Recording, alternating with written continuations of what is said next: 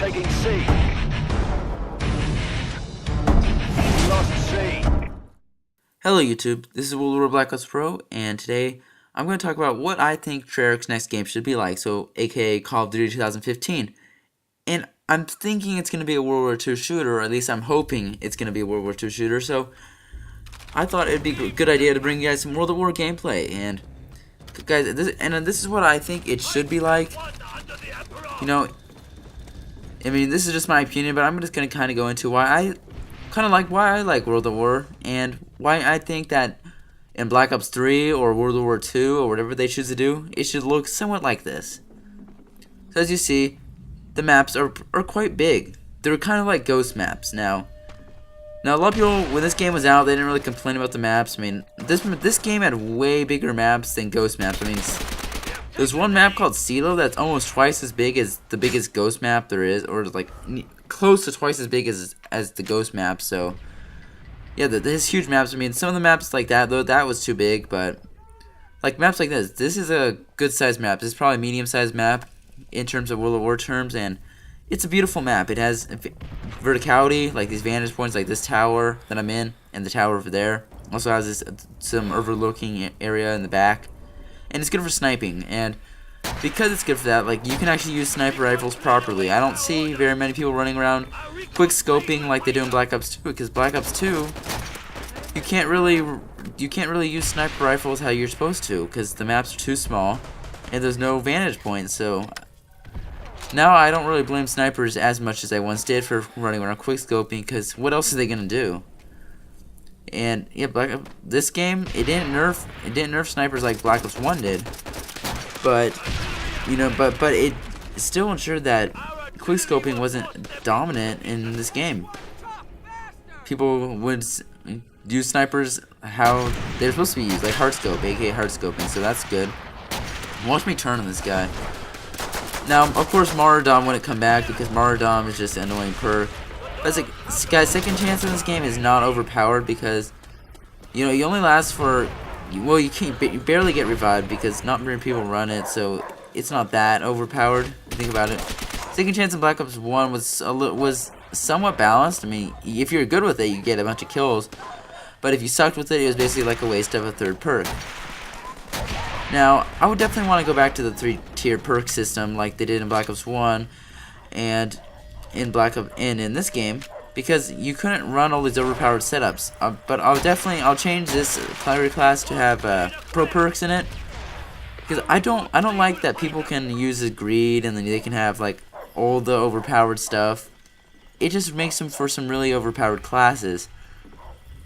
You know, I don't want that. And you know, World of War is actually a pretty balanced game, minus MP40 Juggernaut combination, because as you all know, that was overpowered.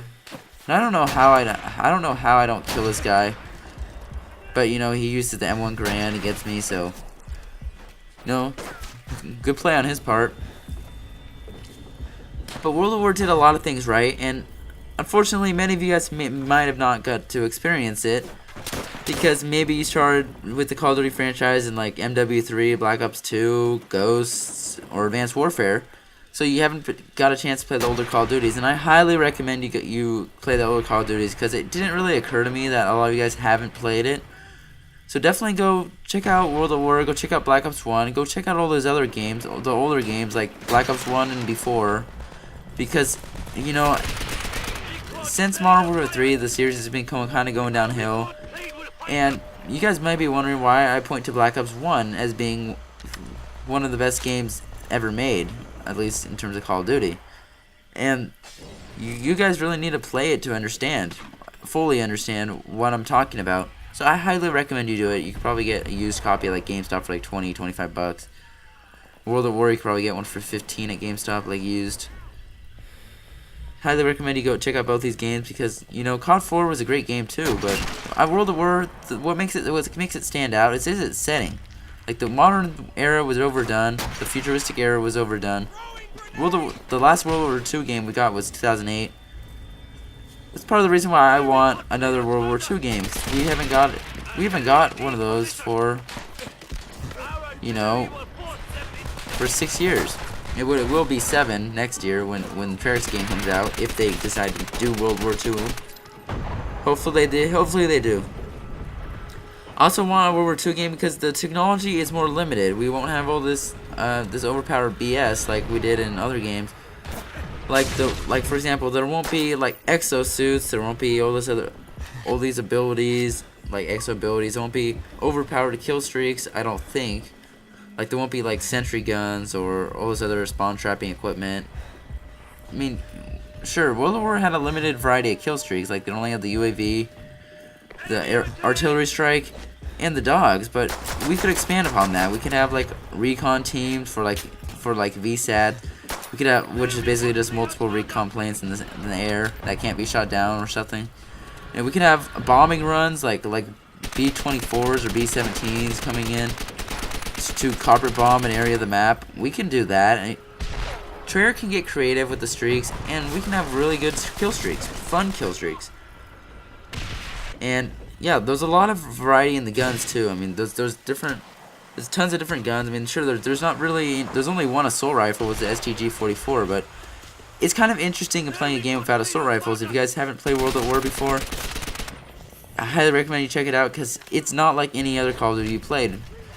Because there really are no assault rifles. You either have to choose SMG or you choose a rifle, which is really only good at medium range since they're semi-automatic rifles, except save for the STG, which is actually a pea shooter in this game, so I don't use it often. So a lot of my classes have an SMG as a primary, and I use overkill, and then I have a sniper rifle as a secondary because World at War is a good game for sniping. You can quick scope if you're good. Not many people ran around quick scoping though. It wasn't like Black Ops 2. You could run around sniping. Well, actually, you couldn't. Sorry, I mean you can go sniping. You can sit at the back of the map if you want to, or you can find a vantage point. You can do that. That's fun. But also, World at War also did another good thing with the big maps. They had tanks. They had vehicles that they were to spawn in immediately. At the start of the game, you would have like a vehicle, like a tank or two, on your side of the map, and you can control it, and that added a new element to the game. And now some people didn't like it because they thought it was overpowered, but they really weren't overpowered because the tank could be satchel charged or sticky grenaded, and they're easy to take out if you know what you're doing. But you know, there were some noobs out there who didn't know what they're doing. You get a really high kill streak off of them. So yeah, and some people thought it was like too much like Battlefield, so they didn't really like the tanks, and that's unfortunate. Really wish the tanks would make a return, or on certain maps. Like, they weren't on all maps, guys. So if you guys like the infantry, like foot soldier kind of approach to Call of Duty, don't worry that wouldn't go anywhere because it's only on like 4 or 5 maps out of like 14. And if you didn't like the tanks, you can just vote to skip. It's not that big of a deal. They just had a new element, new strategy, because the team that controls the tanks is most likely to win the game.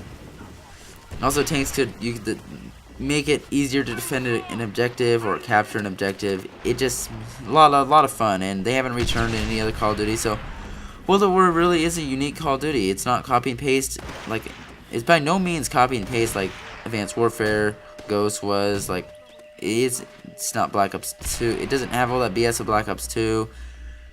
So I highly recommend you check this out. And this is my second favorite game, just behind Black Ops 1. The reason why Black Ops 1 is higher is because I just like its creative class a little bit more, and it has some of the greatest maps of all time, like Nuketown and Fire Range. And it also had, you could also choose your kill streaks in that game.